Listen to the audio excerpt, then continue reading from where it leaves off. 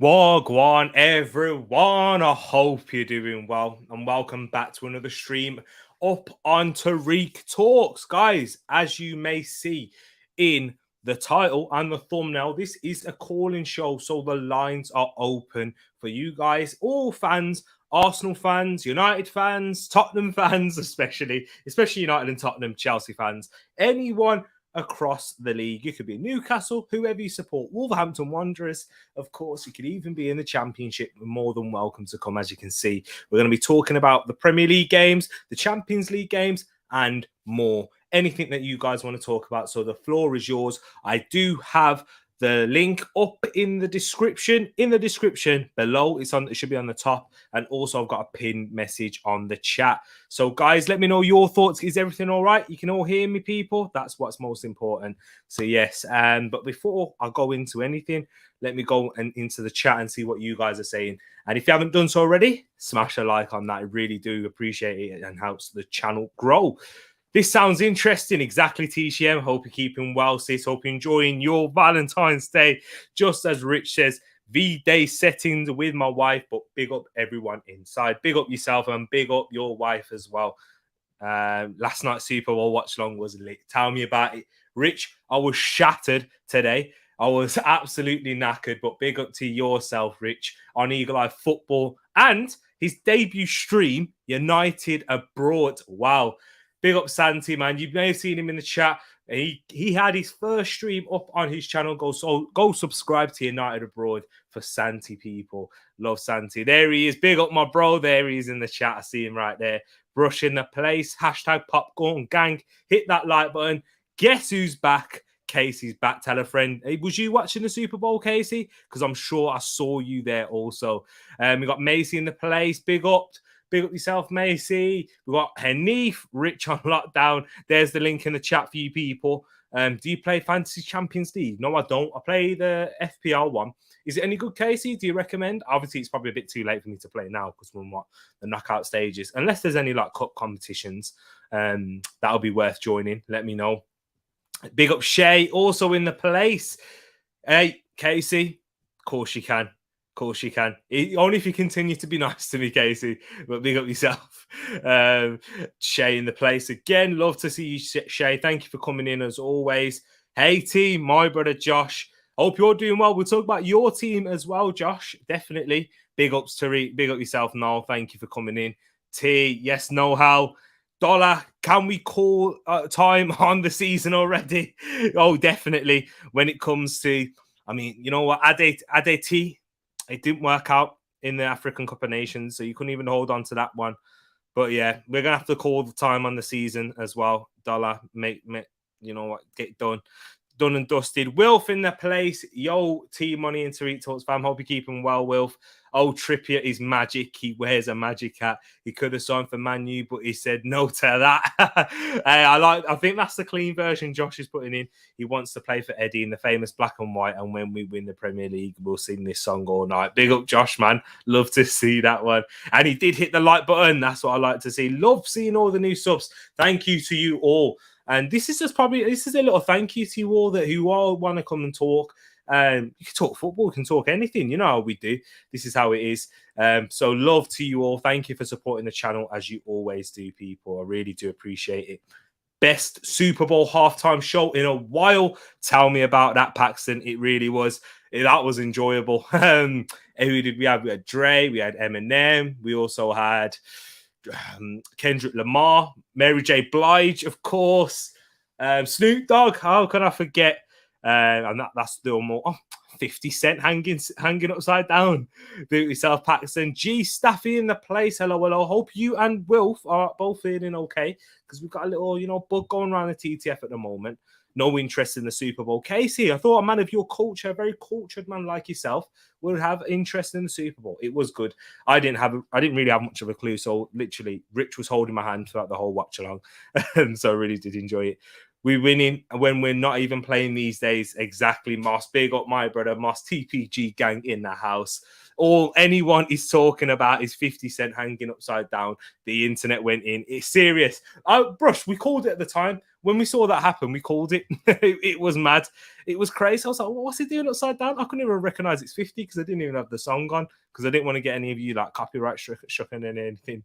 It was amazing, despite the young vibes. Was awesome. Didn't think us want the clean. Oh, didn't think you'd want the clean version. That's it. Appreciate that one. Had a pulse SB nap, and suddenly Tereak talks, and we're all here, Moss. Exactly. Everyone, you're all more than welcome to come on and talk football with me as well. Big up the other sis in the place, guys. All the sisters have made their appearances. I know Kerry has. Big up my sis. I'm watching from Facebook. You can also watch from there as well if you like people. Big up sis right there. Love to you as always. Guess who's back? Casey, of course. All good. Waiting to for the 2 negative tests now. All prayers for you, Grace. Hopefully you get that one all through.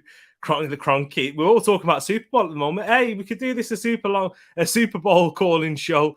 Cronky hopefully likes this lifting trophy and stuff. Hopefully he can bring that over at the Emirates. But if that was to happen, it would be Josh holding it, wouldn't it? So like father, like son. Hopefully, we'll have to wait and see. We're just probably hoping there. 50 Cent would know he was. Tell me about it. Wilf, I know you're a big NBA. You're a big NFL fan. Also, you're a big inspiration for me getting into it. How many sisters do you have, T? Three sisters. So there we go. Don't worry about that. Grace, they're all there now. They're all there. Vibes is a handful. Can't take him anywhere. Moss can't. Exactly. Got to be careful. You know, Vibes comes in and starts talking on this show. You might have to lock off the channel. Don't be shy. It's good to go and stream and talk football. Exactly now. And exactly.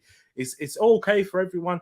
We haven't got anyone yet, people. There's the other sis. There's the twin sisters, Ali and Alicia and Kerry, right there, waving to each other in the chat. Big up the sisters there. What's the number for the calling show? And it's a landline number. How much does it cost? And the number you text or a short number. Don't worry, this all costs nothing, and you can come on without your face on show, anything like that. You can just have a microphone, talk football. You don't need to be looking pretty. Look, I don't even have a trim. That's why I'm always wearing a cap. I seen Moss have a go at me for that. I think it was in the preview show, so definitely. I do have an interest in the Super Bowl. All those nasty answers. All right, Casey. Don't know yet, Moss. Hopefully, are talking about the negative tests. Twins, exactly. Look at that, right next to each other, right in sync. Exactly, the twins are here.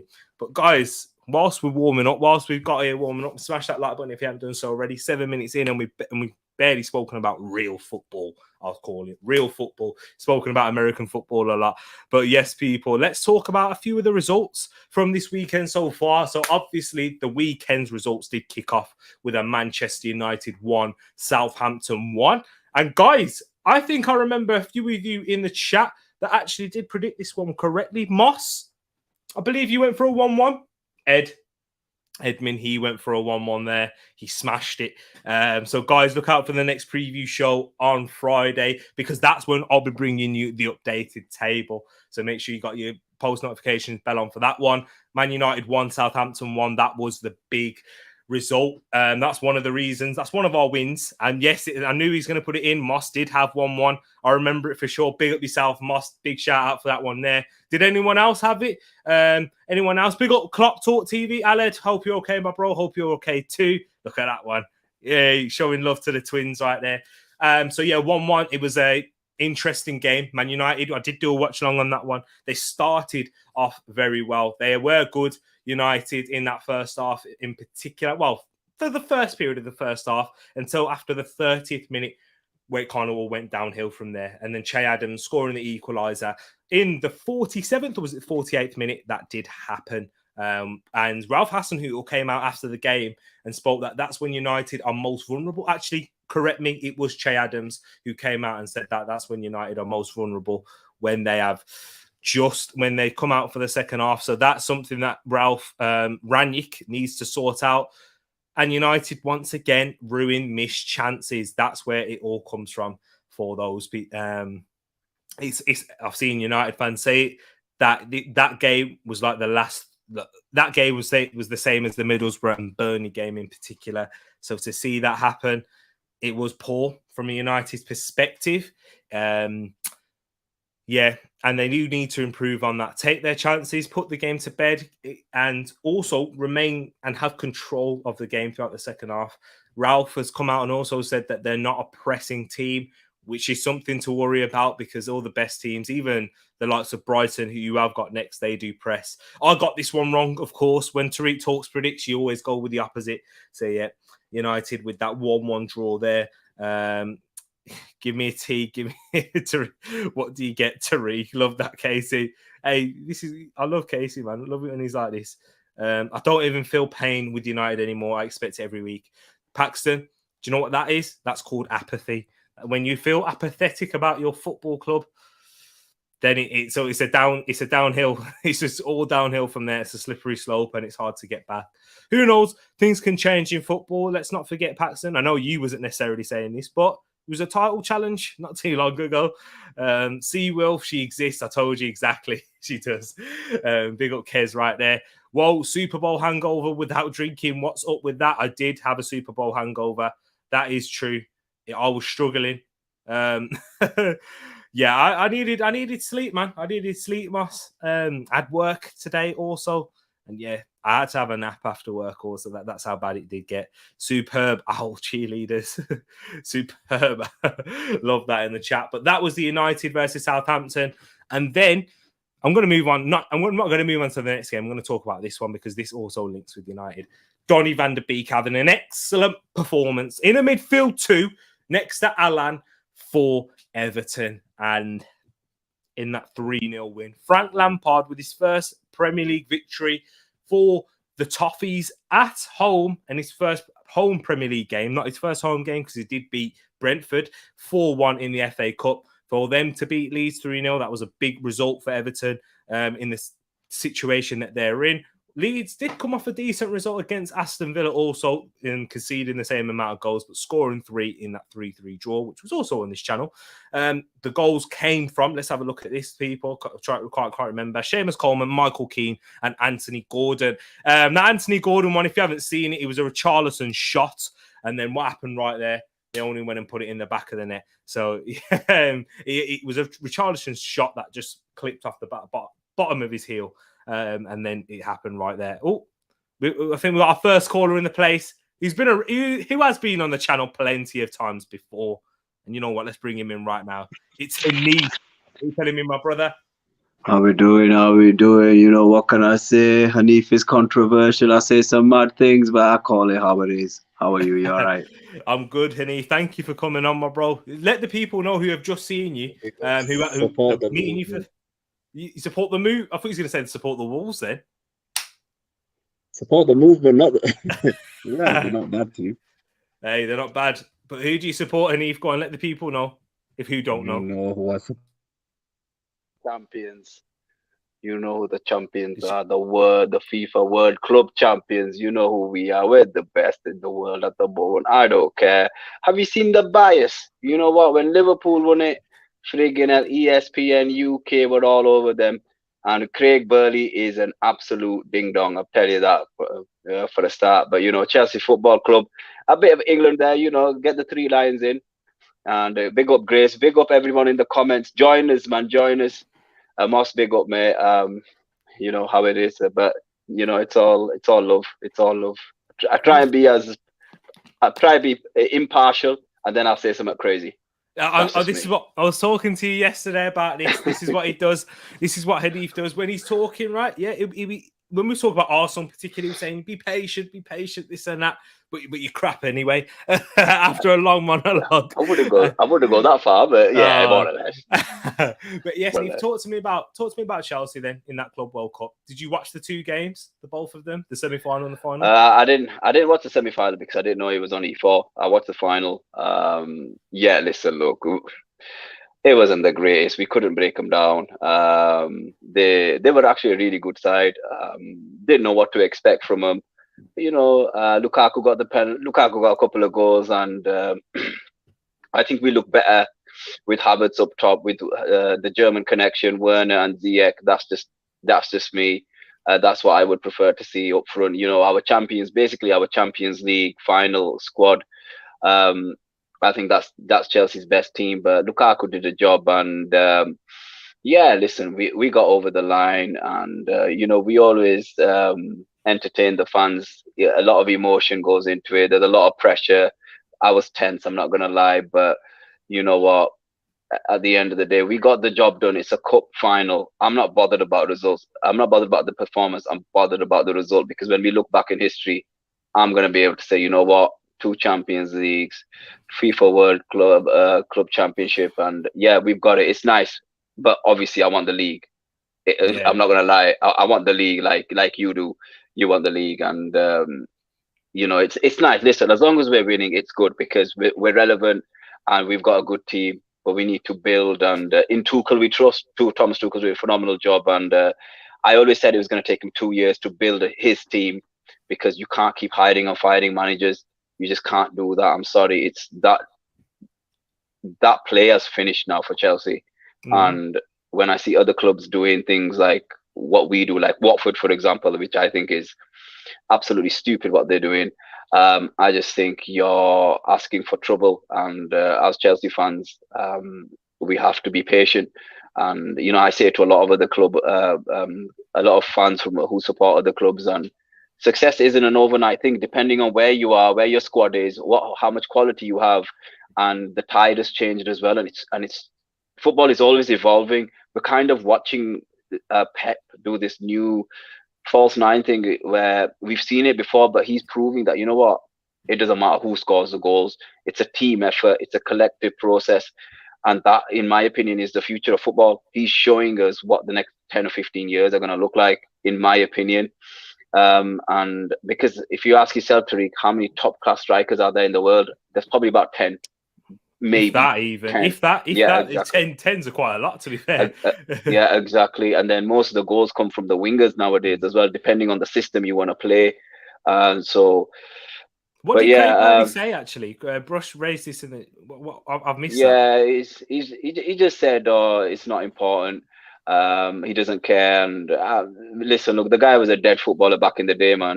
It's a good thing he played back in those days, because you know what, the guy had no ounce of athletic ability, let alone footballing ability. But unfortunately, he was a former Blue, so gotta gotta give him a 1% of respect. But It's ignorance he for does, that, though, isn't it, Henny? yeah, he When you doesn't. They come don't out with know, things like that. Tariq. Honestly, these guys, yeah, from I get it. Look, listen, it's an opinion, but these guys have got no coaching qualifications, no experience. Yeah, regardless of what you think of Graham Souness, right?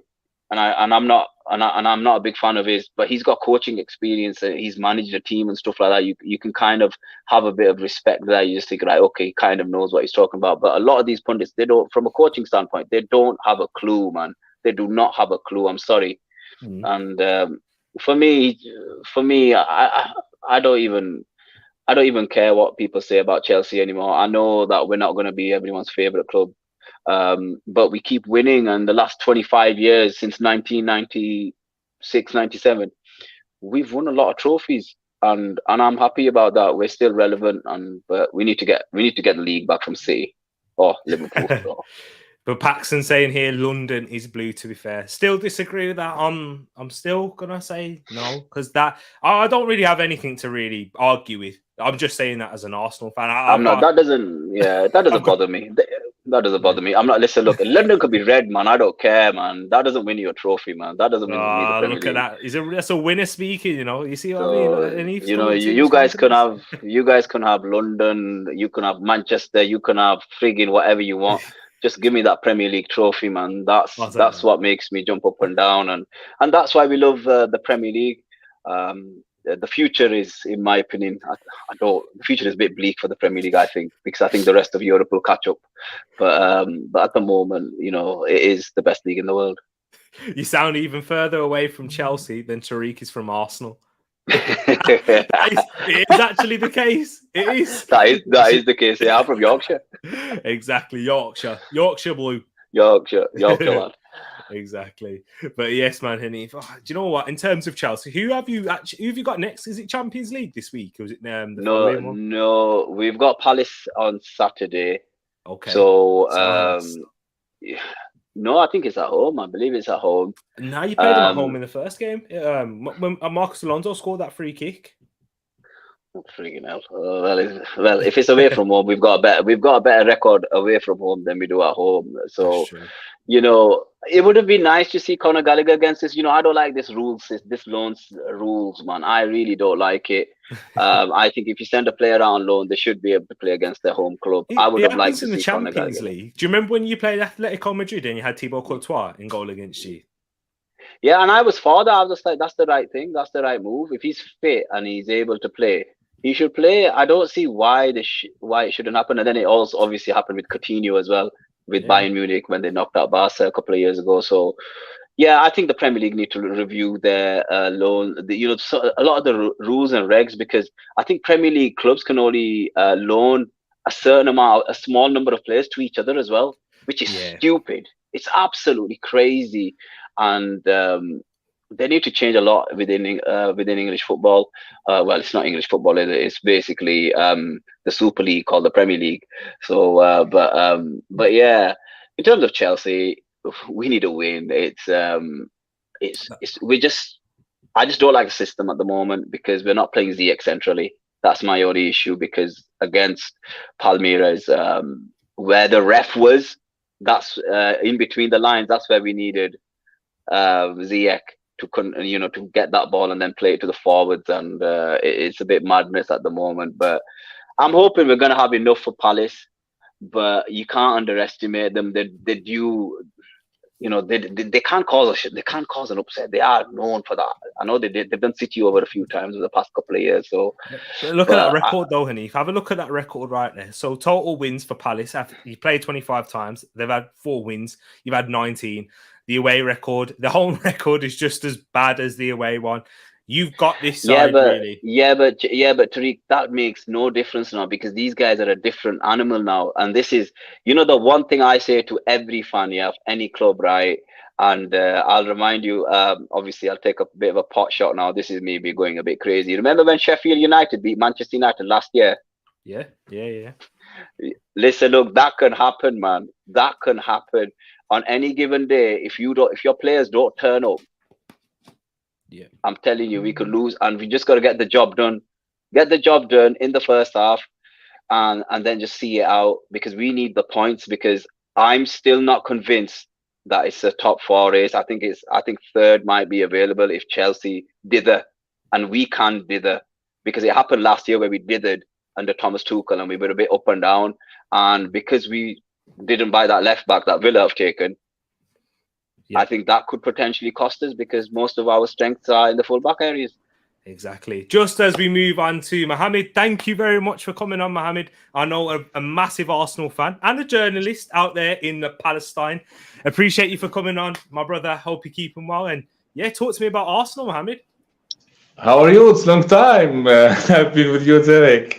Nice to see you, man. I know met you on Harry's channel, and glad to talk football with you up on Tereak Talks for the first time. Really, I wish always to be with you in your program, talking about Arsenal specifically, of course.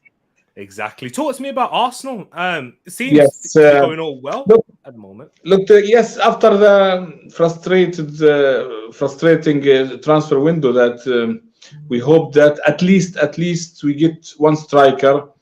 It's a crucial one, I think. We missed on this because you saw the form of Opa and Nketiah, and the saga of Aubameyang, the form of Laga and Nketiah, and Aubameyang leaving without bringing a striker in. I think it's jeopardizing our season. It's dangerous from the board, from Edu, from Arteta.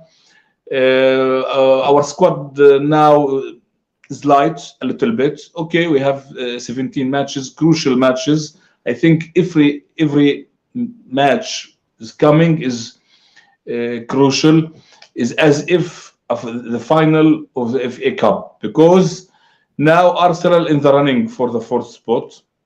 I think it's in our hand to lose it after the results of this week also. Of course, the win at Wolves, very important win. It's a crucial win for many reasons. First of all, it's the first win in the new year.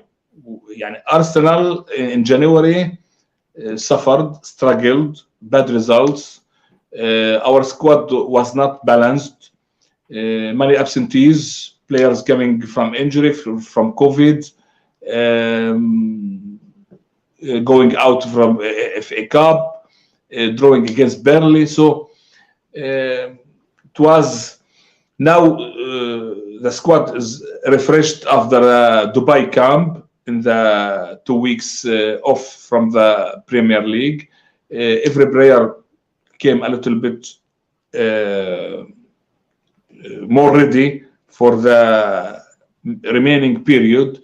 So adding on this, Wolves is a very good team, organized team, and Wolves have ambition at least in the top 6 now, if not in the 4th spot. Mathematically, they are for the 4th spot, but maybe realistically, you can say that Arsenal, West Ham, Spurs, United, maybe a little bit favorite for the 4th spot, but Wolves can fight for the 4th spot, and they are in also for the top 6.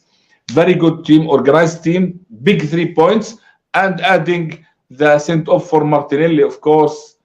Michael Oliver, the bizarre sending between practices of Martinelli, playing the second half 10 men at Molineux. It's hard, very difficult. Arsenal have to dig deep. We defended very well. Ramsdale, the defense.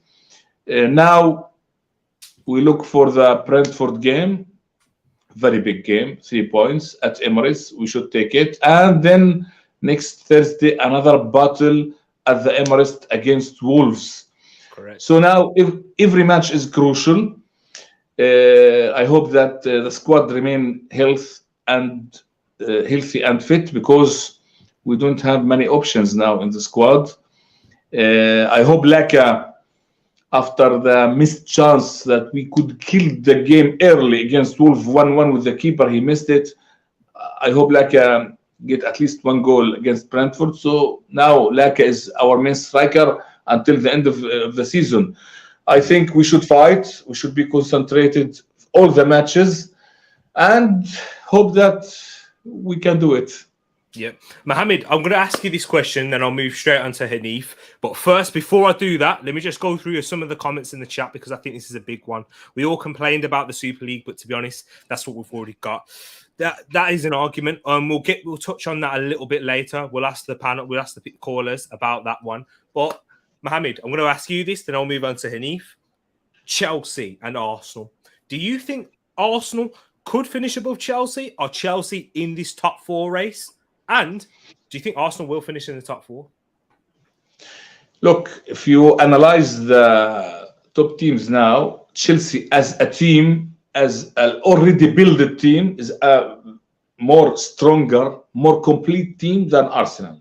We should put this in front of us when speaking, because they spent, when Lampard was in charge, £250 million. Then they brought Lukaku. So they now have a very strong squad, not only in the on the pitch, but on the bench. Chelsea have a very strong bench that Arsenal don't have.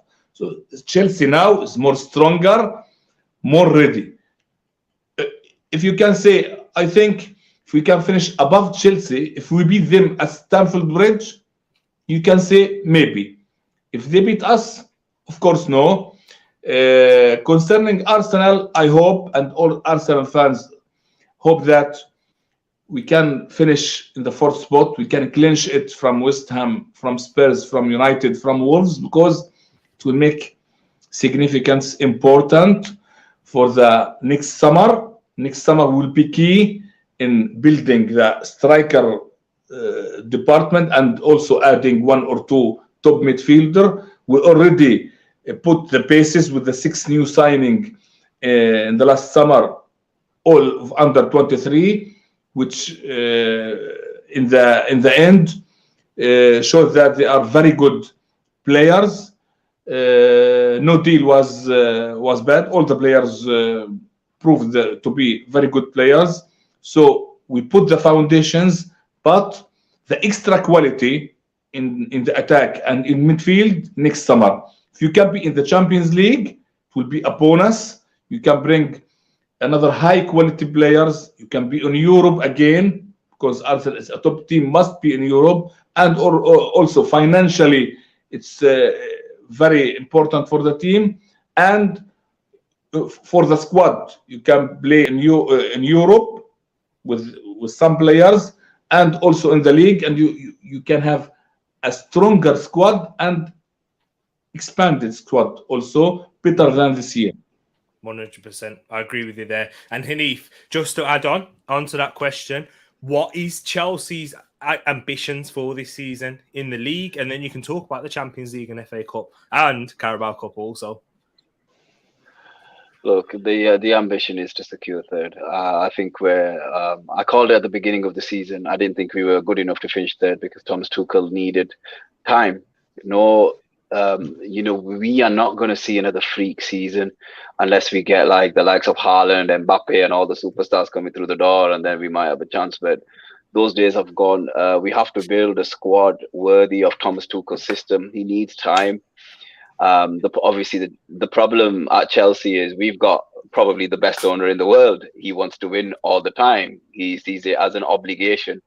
He is probably what owners should be. I think whenever people look at Chelsea, they're jealous of our owner because he loves the club that much. He's willing to pump in the money, regardless of I don't like him personally, but as a footballer, as a footballing man, he's backed the club. And I think Mohamed said we've got good squad depth. Yeah, we do when they're not out on loan, and we've had to call back one of our loanees in Kennedy because we don't have enough in reserve. I think Thomas Tuchel to this day, I think his plan B sometimes lets him down. This is just in the left side of the defense, just the problem after Chilwell injury. This is just the only. I don't think it is. I don't think it is. I don't like it. The formation is good when it's working and it's fluid and it's efficient. But when it's not working, I just don't think our plan B is as good as it needs to be. I think buying Lukaku in midfield and up front, many options. Many options. We have options, but we've not had a killer instinct since Diego Costa. That it's been a long time. I don't know whether we need a world class striker. We need a striker that fits our culture. Our culture of a club. Like Lukaku already. You choose Lukaku, 100 million. You choose Lukaku. Well, he wasn't the man that I wanted, but that's the man that Chelsea Football Club wanted. And unfortunately, if it depends on when you buy a player really fit the system, and Lukaku doesn't finish. He doesn't do the job for me. I wanted Lewandowski, Kane, or someone of that nature because they are better than Lukaku in terms of finishing. You know how Chelsea spent on strikers? Havertz 78 million, Lukaku 100 million, Werner 50 million. They spent heavy on strikers. Well, the German connection has already proven itself. We've won a Champions League and we've won the FIFA World Club. Havertz will come good, in my opinion. Werner is not a striker, in my opinion, but everything else that he does, he's a fantastic player. And a lot of people can give Werner a lot of stick in front of goal, but you know what? I believe he's a phenomenal player. We just need to find that killer instinct, and then hopefully we can keep Ziyech, who I think is very underrated in my opinion.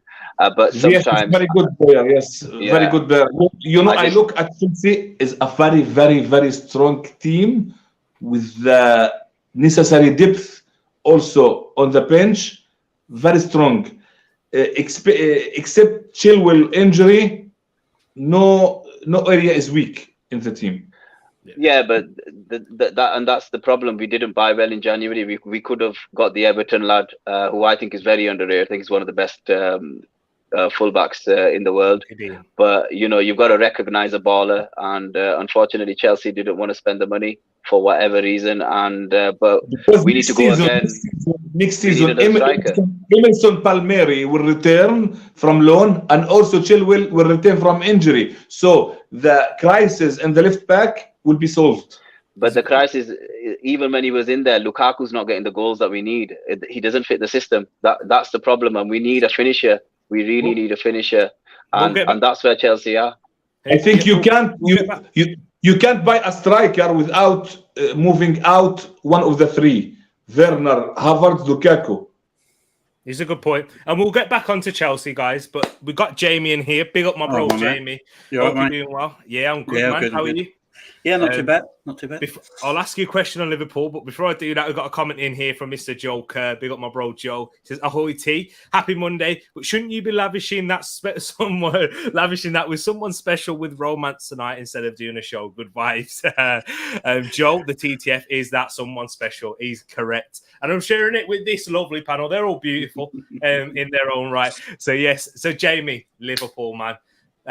There's so much we could talk about. First of all, talk to me about that Burnley game yesterday. What was your thoughts? I can't stand Burnley. It's just the deadest place to go in the league, ain't it?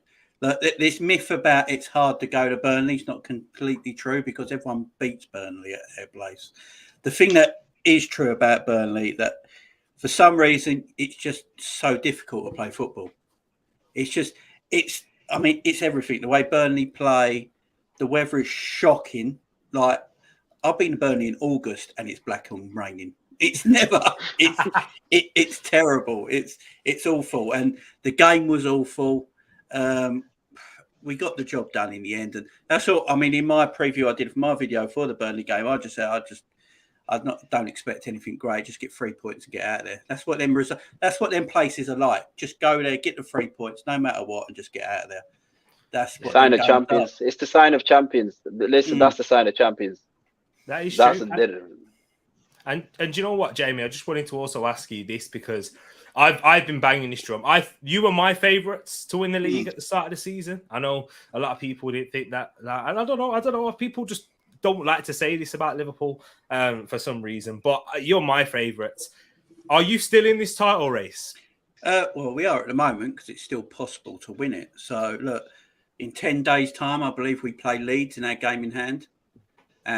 If we win that, it's 6 points. And if we can keep that gap, 6 points till we play Man City at the Etihad in April, it's going to be, if we win that, it's 3 points. So, look, I don't really watch for the City results. I just let City get on with City. They're not really going to drop many points at the end of the day.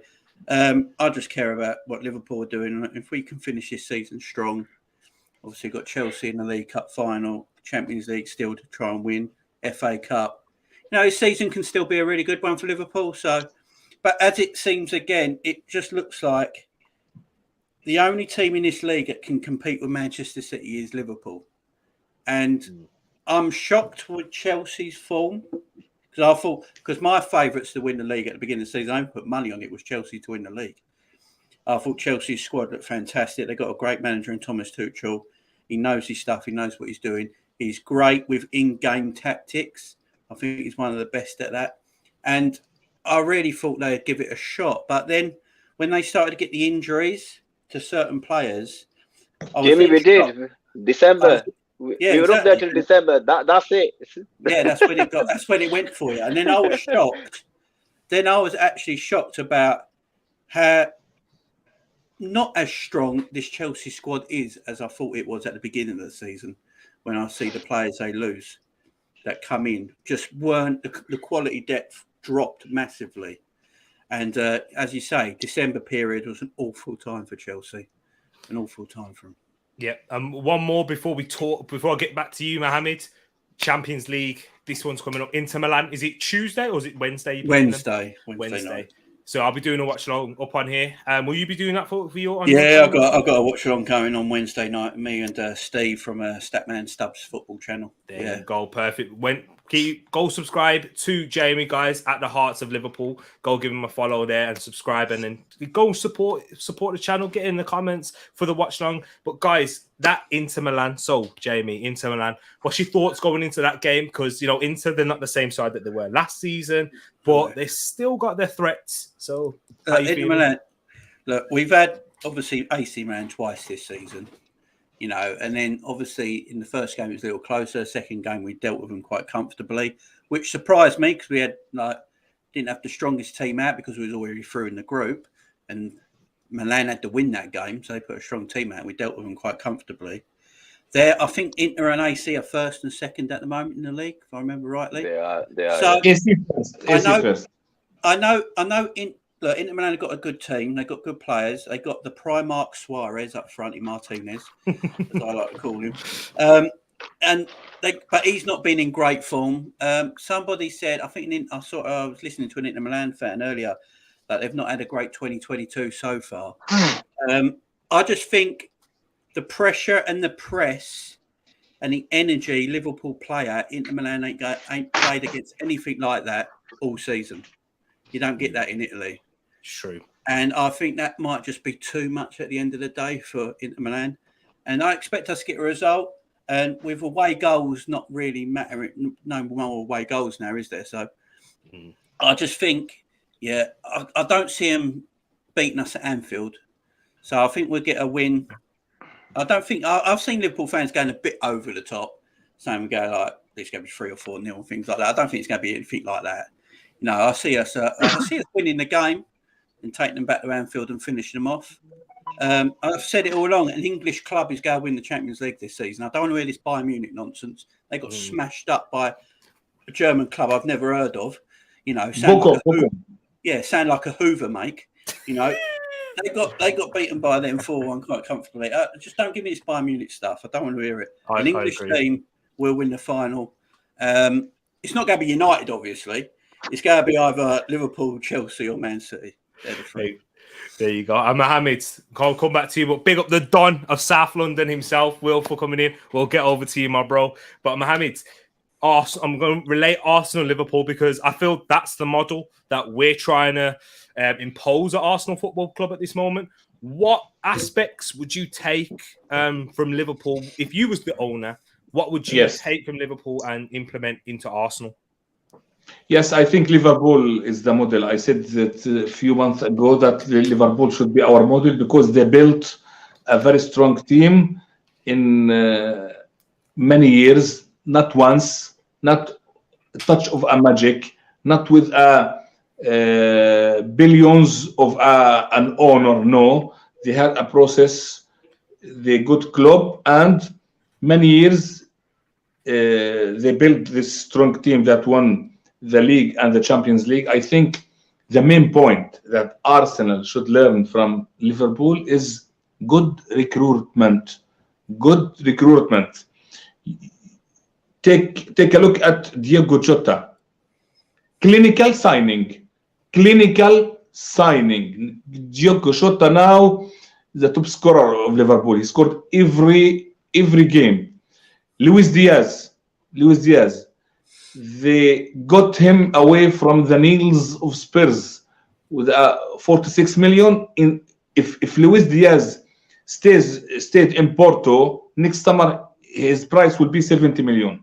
So I think Liverpool was clinical in the last 5 or 6 years, which they built a very strong team. The main point that Arsenal should benefit from Liverpool is clinical signings, which make you an extra level, extra quality. Look at Liverpool signing; it fits the bill. Yeah, 100%. I like that one. I like your points there, Mohammed. But Wilf, the Don himself. So let me know your thoughts on this week in the Premier League, and also I want to ask you. There's a specific question, and Know-How has just sent me a good stat sheet actually talking about our top goal scorers this season as well. So let me know your thoughts on the week first, and I'll get into that.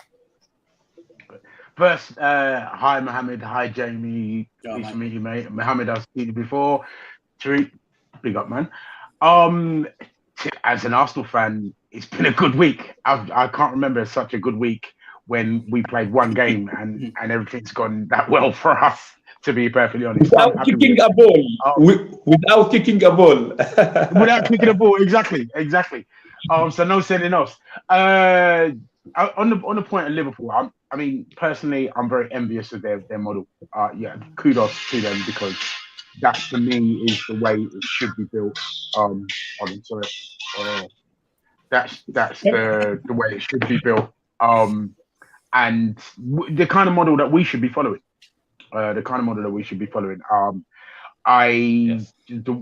You talk about Jota, but before that they done it with Van Dijk and they done it with the keeper. They No.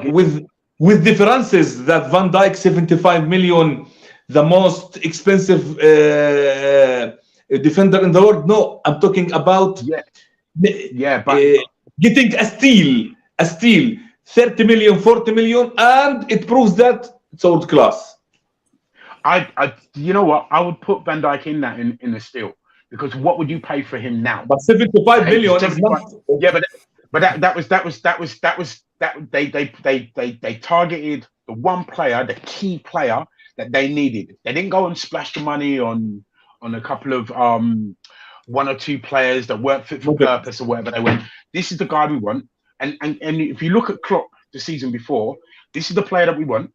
This is the one that I need to fit in my key. I've got all the players, because he took a full season to assess the whole squad, what he had there, what he wanted to get rid of, and what he wanted to keep.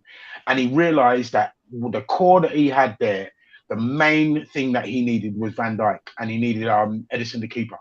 So he went out and bought those. That's the 150 million. Look where they are now, and they've just built on top of that. They've got Jota, they've got this person, they brought. You know, Mane was available from Southampton for 30 million. Liverpool captured it. Arsenal didn't look at Mane. Look the difference. Same with Van Dijk, because I went to see him when he was at Southampton, and he played Celtic. You were at Celtic.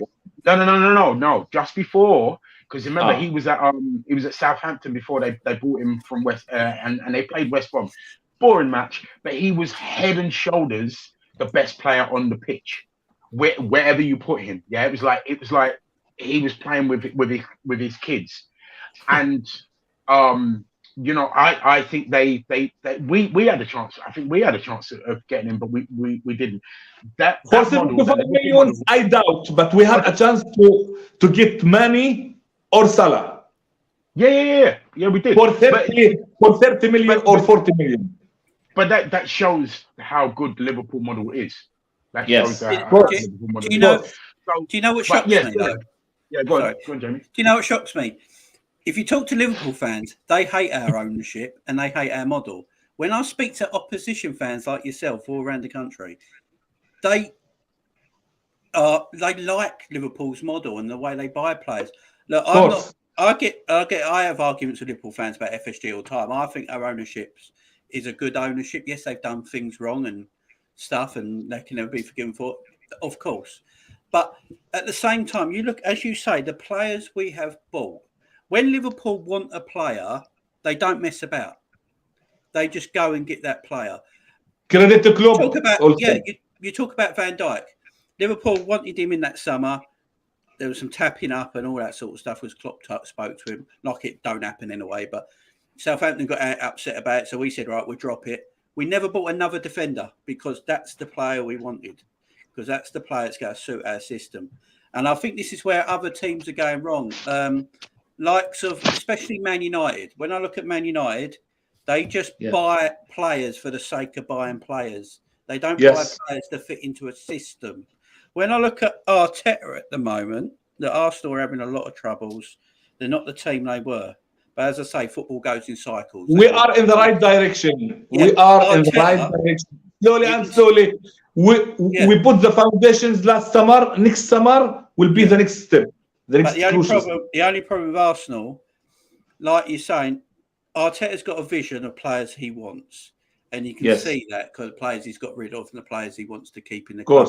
He just now needs that ownership to back him to continue that future.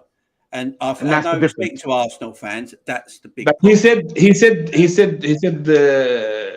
days ago that I have all the backing and support from the owners, and next summer will be crucial to build the midfield and the attacking department. After already we build the goalkeeper and defensive department. Yeah, you just got to be patient. Football's about. Yeah. Sometimes football fans don't For want to me, be patient. for me, as an old Arsenal fan and journalist, I look way at I look at Arsenal as a realistic way. You must see where Arsenal was, where we are now, and next summer, next year, where we'll be. This Yeah, leads I me think on to Jamie my makes- carry on. I was just saying, Jamie makes a great point, and I think that's where we're headed. We are. I think someone at Arsenal has gone, look, this Liverpool model is sustainable, and it's the kind of way that we need to go. And I think we are following that. And like Jamie said, so yeah. But Tereak, there was a question. There was one question that I think I missed that you asked me. Yes. This is what I was going to ask, and I want to ask all of you this, but we'll start off with you, Will. So, thanks, Nohow, for sending this through. So, we have the top goal scorers for Arsenal. The top goal scorer is Emile Smith-Rowe with 8 goals. Bukayo Saka, 6 goals. So, you know, the big ESR Saka, all the players that Arsenal fans love. Martin Odegaard with 4. Gabriel Martinelli with 4. Aubameyang is now left with 4. Gabriel with 3. I've mentioned this before on my channel. Gabriel, he's the one who's going to have to score big goals, like the likes of John Terry does. Van Dijk scores quite a few goals. All these top centre-backs, they score goals. But Lacazette's only got 3. So, Wilf, in that next stage of the process, do you think the goals are coming from a lack of goal scorers, or do you think there's another issue in terms of midfield? What's the biggest one, though, in your opinion? Well, again, we don't have a striker. We don't have that Salah, Lukaku, striker. Yeah. The plan, I think, with Arteta going ahead is that the goals are going to be spread across the team. And when you have that, Liverpool have it, Man City have it. When you have that, there isn't one focal point that you can justifiably go, right, okay, that's the danger man we have to look out for. For example, with Liverpool, you shut down Salah, you got Mane. You shut down Mane, you got Jota. You can't shut down all 3 of them. And you still got players scoring from midfield, and like you said, Van Dijk and stuff. And also Arnold. Don't forget Arnold. Yeah, right, exactly. And I think that's what, in my opinion, Arteta is heading for, to spread the goals across the team, so that if that one main goal scorer ain't there, goals are going to come anyway. You know what I mean? Whether it's injury, suspension, especially with us, suspension, or lack of form or whatever, the goals are spread around, so you're not just dependent on that one. You're not just got that. You're not just that one trick pony. And I think that's what he's heading for, because you're seeing goals come from Saka, from Martinelli, from ESR, from wherever. And people, and I've been guilty of this myself, with Laka, because he's a striker, if he doesn't score a goal, you think he's done badly. But he knows what he's doing in the system. Yeah.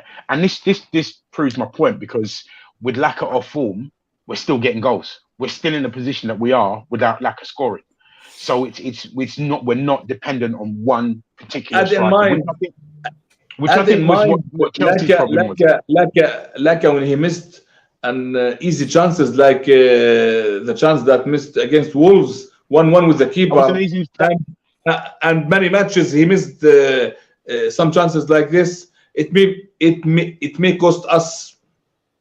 Well, you know I what it is with Laka. Sorry, I was about to say, you know what it is with Laka. Laka's a confidence player. You know, he wants an arm around his shoulder and a hug and told he's the best in the world. And he'll go out and deliver for you. I've seen players like that all the time. He's just a confidence player. He's a bit like Sadio Mane in that way. Sadio Mane is a confidence player. You tell him he's the best and he's in full confidence, and he's going bang, bang, bang, bang, bang. But this thing about, I want to say one thing about a so-called number 9, the striker position. I think it's becoming a dead form now. I don't think I think we're coming past the time when we rely our goals to be through a number 9. You know, like it was back in the day with your Shearers and things like that. If you look at all the top clubs around Europe, it's basically now they have 3 forwards. They have 3 forwards. None of them's an out goal scorer striker. They have 3 forwards. That's where your goals come from. And you have technical players in midfield that can press, hunt the ball down, and retain possession. That's the way. And That's can the way score. football seems like it's developing. Yeah, but you need an extra quality player like Liverpool have Salah. You are assured that every season at least he will score 20 goals. At least you must have this type of player. Yeah, no. Arsenal don't have now. Don't have. And they will get that player. And they will get that player. I mean, you go. You go back to the Lacazette goal, right? Just the other day. Now I watched it again, and I play striker. And when you look at it, that's not an easy chance because people like in the past, like it's not very difficult. Wait. On because the keeper does what he's supposed to do. He closes down the angles. Yeah. With hindsight, yeah, you can go, oh, you should have gone around the keeper. He should have done this, done whatever. That wasn't an easy chance. The point is, like Jamie said, we are moving away from that single one striker. It's brilliant to have a guy that you can rely on that will score you 20, 30 goals a season. But look at Man City. Man City don't have a striker. They're top of the league. They're 9 points clear. Without a striker, without a 20 goal. Don't compare, my mate. Huh? Don't compare us with City. Why? Because City can play. Do you know what? Without keeper, without goalkeeper. I think guys. Sorry, I've got a bounce. Jamie, thanks appreciate you coming on. Shout out your channel, bro. Shout out your channel. So Hearts of Liverpool. It's I'm part of. There's a website as well, Hearts of Liverpool, that I'm part of. I'm their YouTuber going forward.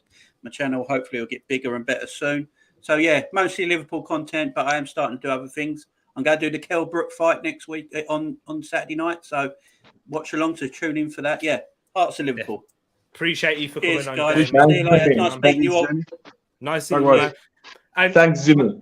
Mohammed, I just want to raise this to you. Yes, just to continue my point. Man City now with the extra quality of players, I assure you they can play without a goalkeeper and without a striker, and they can win football matches. You know why? Because they don't need a striker. They will bring. They already brought Alvarez and will go for Haaland. You know, look at the quality of De Bruyne, Bruno Silva, Riyad Mahrez, Foden, Sterling, the best in England and in the world. So these unique players, top quality players, Arsenal don't have one of them. So we need the striker. City with all these extra quality players, they can scored goals all over the place. From anyone. That's where Wilf, you go straight after this, but that's where Mohammed. I'm gonna say this. When we look at the likes of Raheem Sterling, how much was he bought for? 50 million. We could. That's a player that we could get within our price bracket. Kevin De Bruyne, the price that we're paying now, we could spend that. Man City haven't gotten 100 million, and they have on one, and he's not even in their top. He's not even in their top 8 top goal scoring list in Jack Grealish. But for me, if you're looking at our squad now, would Man City like Bukayo Saka? Absolutely. Would Man City like Emile Smith-Rowe? Absolutely. Would Man City like Gabriel Martinelli? Absolutely. Would Man City but not all of them will fit in the first 11. Maybe one. But that's the whole point. The Man City system isn't about one individual player. It's about a system.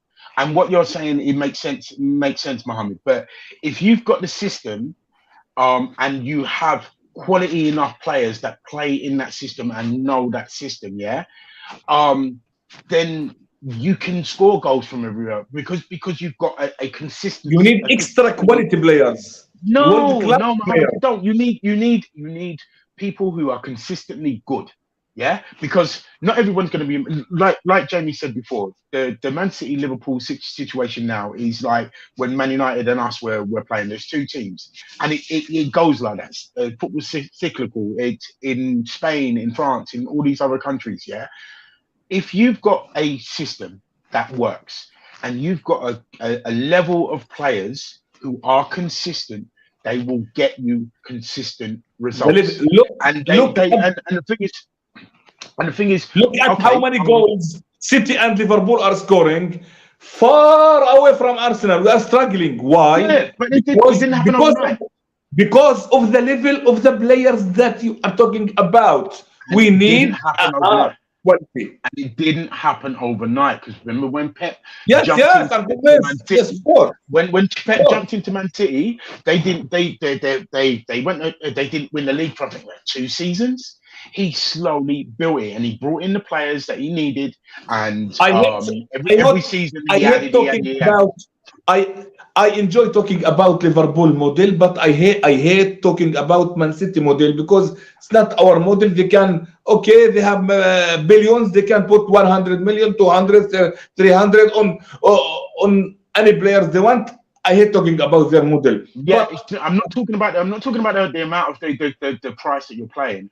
I'm talking about selecting the players. The thing about the Man City model is that they, similar to Liverpool, they go out and they target a player, because they have the money to burn. They can target whoever they want, but they still target a particular player. They don't waste their money. Why this point is not correct. If you look in depth to how many Guardiola spent on defenders in the last 3-4 years, more than I think 300 million, 400 million on defenders. They spent splash money. They splashed money, and they didn't find a good defender until they got Robin Diaz, 75 million. So they spent hundreds of millions on failure defenders that didn't add the extra quality that Guardiola wants. So that showed us they can put any money on any player, and if the player is not good, okay, another player, another 100, another 200, until they will get the players they want, because they had all the millions. Yeah, so I know you made that point. But Liverpool it's not like they bought rubbish. experiment. It's not like they bought rubbish. It's not like they bought rubbish, but they still targeted a certain level of player. Not like Klopp and Liverpool has an eye of an eagle. From the first player, he fits 30 million. Now Jota, they bought him with 40 million, 42. Now his price maybe 60, maybe 70. But if you watch the All or Nothing, and you watch them in their process of picking players, they still only pick like 2 or 3 targets to go for. Yes, they're in the upper echelon. Clinical enough. We should learn from Liverpool in identifying our targets. Totally. We did very good last summer. We did very good last summer with the defensive department. Now the offensive department next summer. But do you see that all right, take away the money. Yeah, take away the money side of things. The model that Man City are doing and Liverpool, we are starting to do this, because what did we do? We went out and bought a keeper. Yeah. Who's knocking on the number 1 door for England. We went out and bought Benjamin White. Everybody's like, this kind of money. The boy's settling, and their age profile. Gabriel, the season before. You got Tomiyasu. You got Tierney the season before. We got Partey. We know we're getting rid of Xhaka. We bought Martin Odegaard. We've got Saka. We've got ASL. Personally, I distance. Wait. One second. Got rid of. We cleared the board from anyone that wasn't on fit for purpose. I guarantee you, every player that comes in now is going to be challenging for a position. It's Tavares, all these players. They're coming in and they're doing a model that Man City done, but on a different budget. They're doing the same thing that Liverpool have done, just targeting the correct players. If you ain't right, forget it. We don't want you. Just I see myself and Arsenal distancing ourselves from Man City and Chelsea. I see City and Chelsea very different models, and Liverpool is a near model to what Arsenal must achieve, but with the owners and how they are spending on Chelsea and on Man City, they are very different from Arsenal, and I think Liverpool is the realistic model that we will look at. What I'm saying, Mohammed, is we are taking elements from Man City, not their spend. We're taking elements of their model. No. I didn't see similarities. It's normal that we are planning, and Arteta and Edo, and we are planning. So we clear our squad. We get rid in the last year of 20 players, and last winter another 5, and now next summer. I think next summer, after next summer ends, will be all squad that we want and that Arteta wants. Guys, let me just move into this next question, because I enjoyed that debate, and I'm sure you guys in the chat did as well. If you did, smash that like button. But guys, I want to talk about this one because I know Wilf has got big thoughts on this one, and I just want to chime in first. You look like favourites for top 4, but top 3 is mad, and why not? It is actually 8 points with 3 games in hand. I know it's games in hand, but that is a fact. We've still got to play those games against Chelsea, and then we've got one of them is against Chelsea, but that's not the game in hand. So we're gonna have 3 more games on top of that. So I just want to say, in terms of this, the door is wide open because of Chelsea's failures, not because of our great success, because of Chelsea's failures. Chelsea have struggled. We've talked about their area of not scoring goals. Just because they've won a Club World Cup, bearing in mind it took them a penalty and a 1-0 win against, who was it in the semi-final? No disrespect. Yes, it's a massive trophy, but if we're talking about performances, they've struggled a lot this season. But Wilf, because you spoke about this when we did our Arsenal show, tell the people why top 3 and 3rd is an actual possibility. Of course it is. We've seen this in football time and time again. I'm old enough to remember. I would love it if we beat them. They were miles ahead, and they slipped up. Momentum is key. We did it to Man United when we were 10 points behind them and we went on some mad run. I'm not saying we are going to get top 3, but I think top 3 is possible. And worst case scenario, if we push for top 3, if we aim for top 3 and get top 4, it's not going to be that bad. It's huge. It's huge. Exactly. But it's why if you don't aim that high, you're going to underachieve. You need to have that ambition. You need to smell the blood in the water, and that is why I say that for going forward. Fine. Chelsea got the money, this, that, and the other. But if they're grinding out 1-0 wins, and you look at the table, put it this way: if I'm in that Arsenal dressing room right now, and I'm looking at the games that we have to play, plus we've got to play Chelsea, I'm going to be thinking, if we beat Chelsea, that's going to make them sort of start panicking and waxing, because they're looking to consolidate 3rd, and we're chasing them. What if we were to win? I mean, and everybody's going to sound crazy, but we win those 3 games, 1-0, blah blah. We go on, we get a result in Chelsea, and people are like, "What's going on?" I would be doing it. I think that we should be because of where we are. We should be pushing it top 3. If we win our games in hand, and I know it's ifs and ands and buts, we're 2 points behind Chelsea. We're 2 points behind Chelsea and still have to play them. Do you understand? Do you check that? Still, these are professional players. They are at the. If they get momentum going, it can be done. Before we get back to you, Mohammed, 1 second. Let me just say this. Hello from Ohio. Cheers, everyone. Big up yourself, Square Table Degenerates from Ohio. Who played in Ohio yesterday? Moss, tell him who's from what team's from Ohio? The Bengals.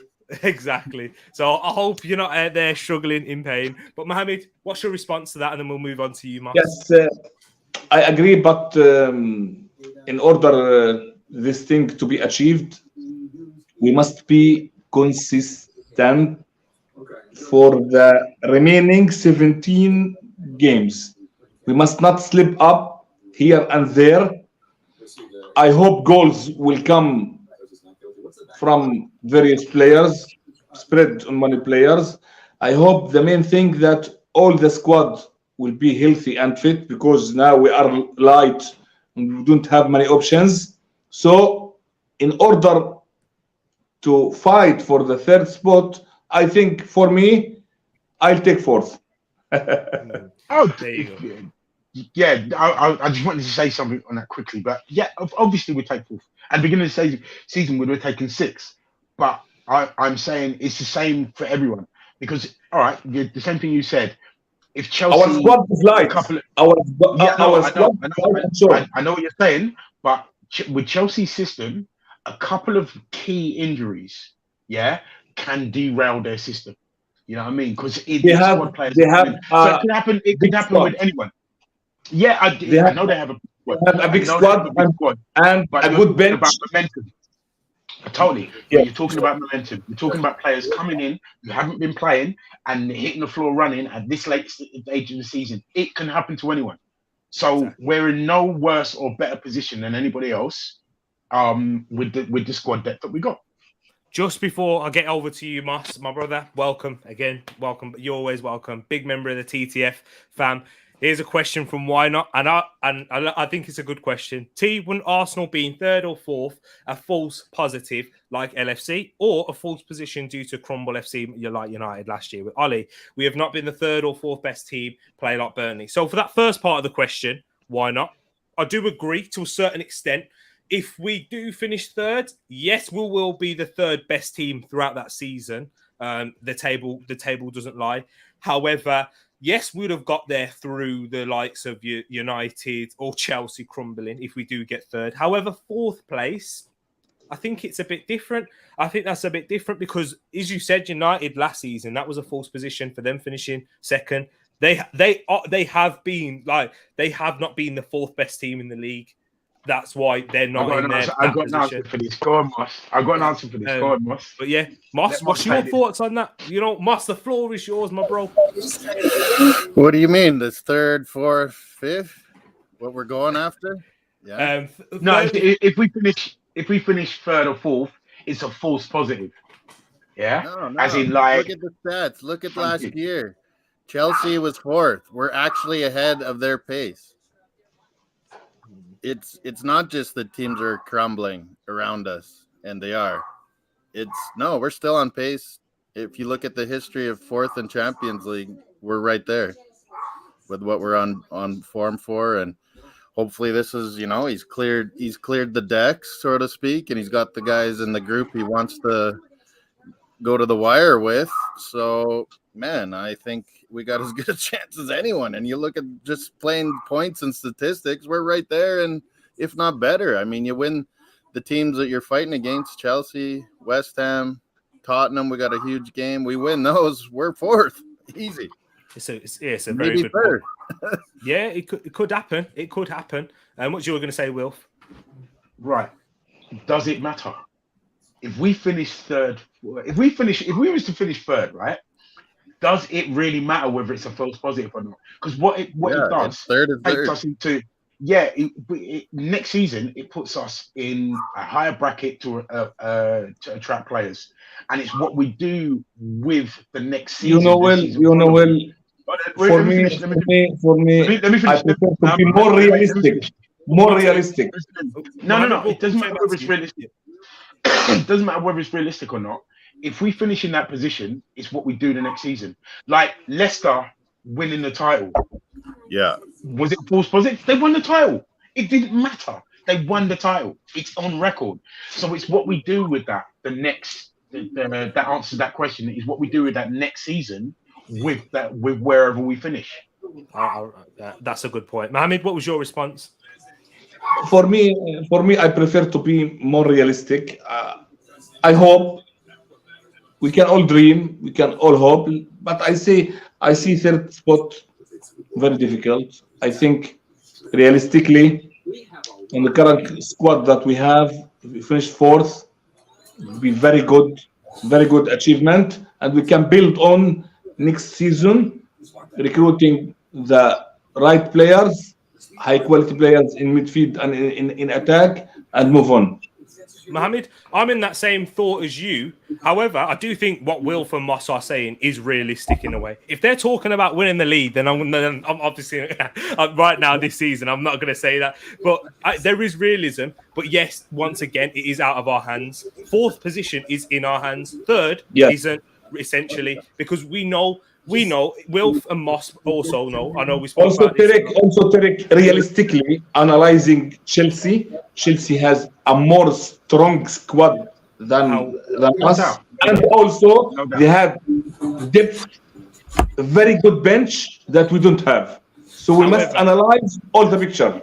However, also, when you look at Chelsea's squad, how many of those are running out of contracts at the end of the season at their back line? So we see this at the end of the season when there's a little bit of unsettling. One second. They will have players leaving in defense, but they will recruit in defense next summer. It's obvious. But Chelsea's recruitment hasn't actually been the best in the past few seasons, though. So it doesn't actually. Yes, they will spend money. Yes, they'll do that, but doesn't mean that they'll get the right players in. We've seen Chelsea, Lukaku flop, Havertz currently flop, Ziyech not flop, like Pulisic. Yes, they're decent players. I disagree with this point. I think Chelsea recruitment in the last years, I think it's very good. And you must have an evidence. Look at how many titles they won last year. I think yes. Yeah, my question to you is okay. What was your expectations of Chelsea at the start of the season? My heart breaks for the Russian athletes. Chelsea to fight for the title. And are they in the title race in your opinion? No. And that's how seasons play out. But of course, see the other side of the coin. Did you expect Chelsea to win the Champions League? No. See, they won the Champions League. So you must see both sides of the coin. They have a failure, but also they have an achievement, a big achievement. You just made our point. Everybody was looking at Chelsea at the beginning of the season as they're going to win the title favourites and all the rest of it. How things can change quickly in football. People were talking about us 8th and we just squeezed into 6th. This is you talk about reality. The reality is we are where we are. Yeah, Chelsea are where they are. If they don't fix up, they could slip up. And if they do, we need to have the mindset of going, if they slip up, let's take that. Because if you're in third, I know this sounds crazy, but if you're in third, consolidating fourth is a lot easier. Yeah, you have a little bit more leeway. Yeah. So if say for example, right, all the stars align and we, for some reason, we're in third going into the last 3 games of the season, we're like, wait, the pressure's off. Because everybody thought that we would have been lucky to get 6th. To drop from 3rd to 6th is going to be very difficult. Yeah, dropping from 4th to 6th, that's a lot easier. I'm just saying the mentality that we need to have is to go to see that 3rd is possible. And if we're pushing for that and we slip up here and there, we'll still be in 4th because we're pushing for that. I understand your point, but for me, I prefer to look more carefully at Spurs, United, West Ham, and Wolves. Yeah, we're looking at them. They are the main contenders for us for the 4th spot, and not looking at Chelsea. Guys, we're going to move it on now. It's a great debate once again. Yeah, I'm just going to say one more thing. Yeah, go on. We shouldn't be looking at other teams. We should be looking at what we can do. If we look at what we can do and keep our momentum, because Man City don't look at what's behind them. They go, right, we go to the next game, we win the next game, we win the next game, we win the next game. Even Liverpool, they don't look at City. Even Liverpool don't look at City. Because they are now at top level, the best side in the league. So they will not look behind. Even Liverpool don't, and they got Man City ahead of them. Or Chelsea. But let me just go in because we got a couple of good points. Mr. 200 himself, why not, has put some very good points in the chat that we can definitely discuss also. I do like this. So PM goals question. At the moment, we need 2 strikers. Mas, this one will be for you, so get ready. At the moment, we need 2 strikers, 1 midfielder and a right back. We can all agree on that. If we make Champions League with all the extra games, how many more players will we need to add? Mas, I'll let you take the floor with that, and then Mohammed, and then Will. Yeah, I mean, this has been part of the process. I mean, we first, got some squad depth, young profile players last summer that a lot of people didn't even know and were making fun of us and saying, oh, we're spending too much. No, it's a nice solid base to our team going forward now, and it's going to attract more young good players because of what we did, and that we don't have a huge squad of riffraff like Chelsea and all their loans, and Man City have a massive roster. We cut ours right down because we're going to be bringing in more new, and this is just the beginning. And we get those 2 strikers. Yeah, we need 1 or 2 good midfielders for sure. But I mean, Edu's not just looking at, 30, 40, 70, 80 million players. He's looking at Brazil for 20-year-olds, 17-year-olds. We're going to be bringing in guys for depth that are growing. Like, you got to have players at different stages of their career ready to take spots. And that's what's going to be happening this summer. It's not going to be just 3 players spend 150 million. It's going to be, 4 or 5 decent ones and 2 or 3, up and comers that are ready for squad depth as well. And yeah, I'm happy rolling with. I mean, we've been scoring with Saka. We've been scoring with ESR. We're scoring with Martinelli. We're scoring lots of different ways. And Laka and Eddie are super highly motivated. They need to get their contracts this summer. We're going to get goals from them. And, we still got Pepe off the bench that can snipe a few. We're going to be all right. And we'll get that top 4. It just increases that a whole nother level of, hey, we can go after this guy now. And then when, other players, young players around Europe and all over the world are seeing, hey, we're going after Holland. Hey, we're going after Johnny David. Hey, we're going after top players. They're going to want to be part of that, even if we don't get the super top player. There you go. And Mohammed, what about you in terms? You spoke about this earlier in terms of squad. Yes. What do you see if we make Champions League? I think crucially next summer we need 2 midfielders, not 1, because I think the midfield area is very worrying. I think El Nene will leave for free, and I prefer to sell Xhaka this summer because we missed the chance of selling him last summer. I think Xhaka this season must be the last season. We are fed up enough. Yeah. We can actually get some money for all the respect for what he done for us and our football club. I think next summer we should sell him. El Nene will leave.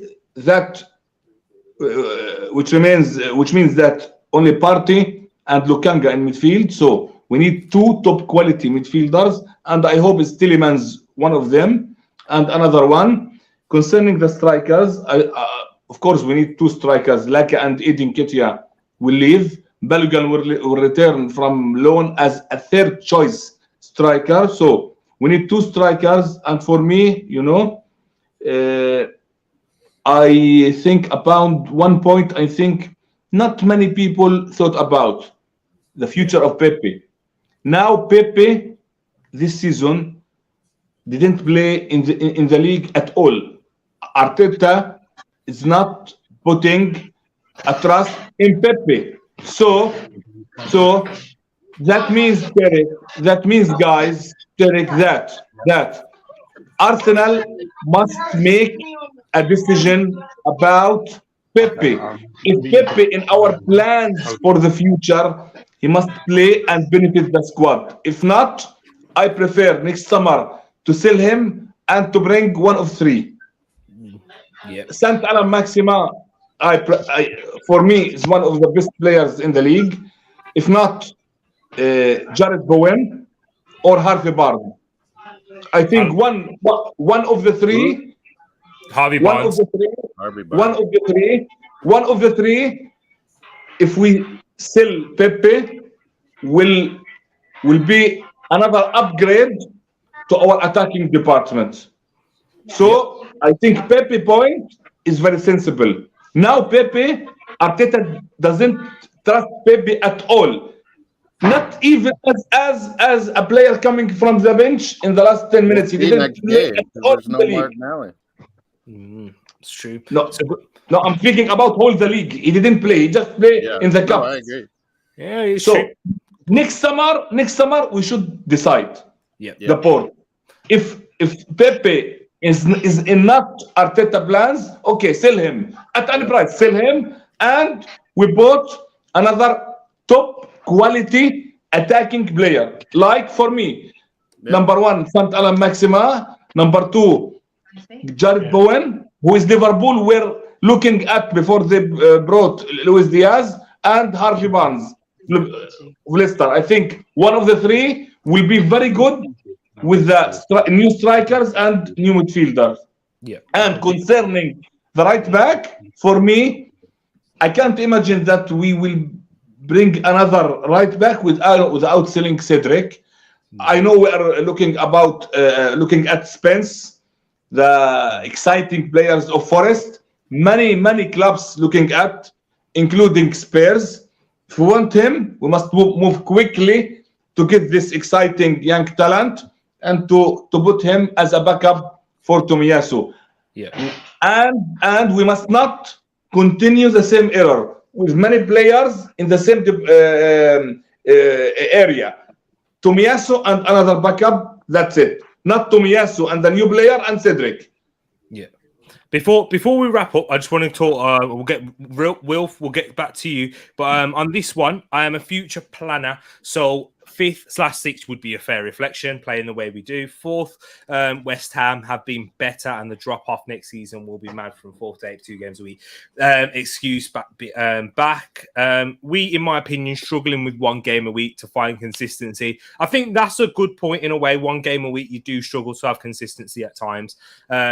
And a groove, then add another game to rotate. Man manager smells disaster. So that's why not points. And we see that throughout the Arsenal fan base. Yeah, but that's it. I believe that we're going to have players coming. So, yeah. And Our youth is damn good. We got our own Salah. We got Patina.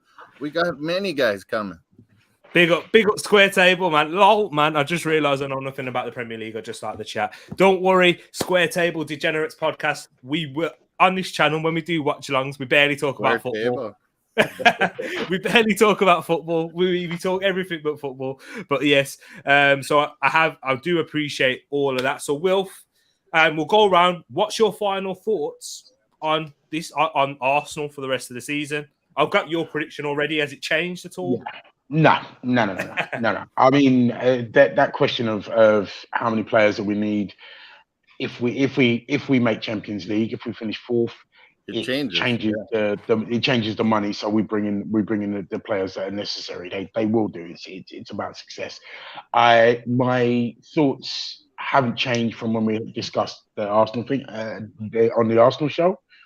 I still think we should be heading for 3rd. I don't be shocked if me and Moss won't be shocked if we get it.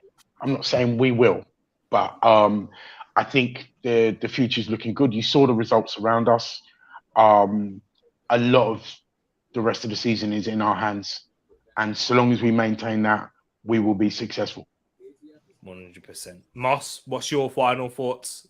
Yeah, we're still on that pace of getting 3rd or 4th. I mean, it keeps getting better every week, even when we don't play. I mean, the other teams are faltering and drawing and scraping draws, and I just hope that we're over that thing of not being able to score, and then you're fighting to climb back in games, and but he's got the squad, like I said, he wants to roll with now. I mean, he's made it very clear that he's confident with a small squad and rolling with them. So yeah, we're gonna get 4th and possibly 3rd if Chelsea keeps blowing it. But they got Lille, they got Champions League. I don't think it's this week, it's next week, Chelsea, right? Yeah. And they got matches. They got a League Cup final. West Ham's got Europa Cup. I hope they just keep going, like you were saying before, Tereak, and have lots of games, and it just makes it clinching 4th that much easier, because I I know you got lots of Man U fans, and you're Yankees. You're like a Man U guy or something, but every time you watch them, it's terrible. Like they're not gonna do it. There you go. So, And yeah, I Mohammed, think we got fourth. there you go. And Mohammed, what's your final points? Yes, for me, I prefer to concentrate on every separate game as a cup final, starting from Brentford game. Yeah, The nerve, you know, every game, every coming game, we all, and I specifically will be stressed. The nerves will be very high because we can't afford dropping any point. So every match is a cup final. yeah. Starting from Brentford, for me, just concentrate. I don't think to about any other team or any other future plans. Just concentrate on the Brentford game for me and getting the 3 points. After it, close the page, open Wolves page, and move on.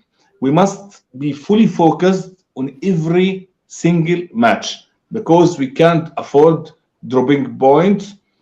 The nerves is very high in this time of the league, so we are all stressed now. And of Correct. course, we hope that we get the all important fourth spot, inshallah. And last request for you, Tereak, that always put this link, put this shows talking about Arsenal because we missed you, mate. Couple weeks there. Definitely, man. We'll definitely have a lot more where we can talk pure Arsenal. This was open to everyone. Thanks to everyone who has come in. I really appreciate that. But like, Exciting, really exciting debate, really. Exactly, it is. And just on why not's final points as well. So 3 midfielders as minimum, in my opinion. I agree with that one. DM and 2 central mids. Now, T, Bowen, we need grown men, competent adults in starting 11. Hey, Bowen's probably been the best attacker in the league this season. So, apart from Salah, and Jota. I just don't know about buying English players. It's so expensive. Yeah, 100%. I mean, now even like, everyone was on Tielemans and how expensive, like 50, 60 million last year. Now it's like he's going to be coming down and Neves is going up. It's like there's always. Well, he's 35 now. Tielemans' price is coming down because next summer and his contract will be just remaining 1 year. Exactly that. So Leicester, they would like to make some profit on that one. 4th, 5th, we still need the same amount of players: 2 or 3 strikers, 1 or 2 wingers, 3 or 4 midfielders, RB, and a left centre back. Left centre back might not happen because Rob Holding will stay; he'll be a backup, and then we'll also have Saliba. Exactly. I think we can get. I think we can get by with less than that. I think we can get by with 2 strikers, and 2 or 3 midfielders for next season. Yeah. Depending on where we fit. Obviously, if we finish Champions League, switch to 3. We need a right wing back. Yeah. No, 3. No, 3 at all will not happen. I hope 2. Yeah.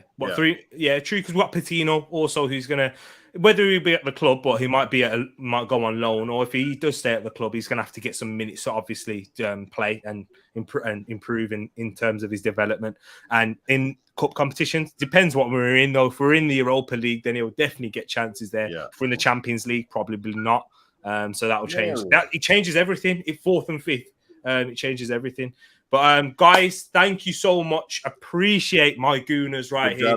Mohammed, let the people know where they can find you, bro. Yes, on Twitter at Muhammad Iraqi 10. I'm on Twitter, so big up Gunnar.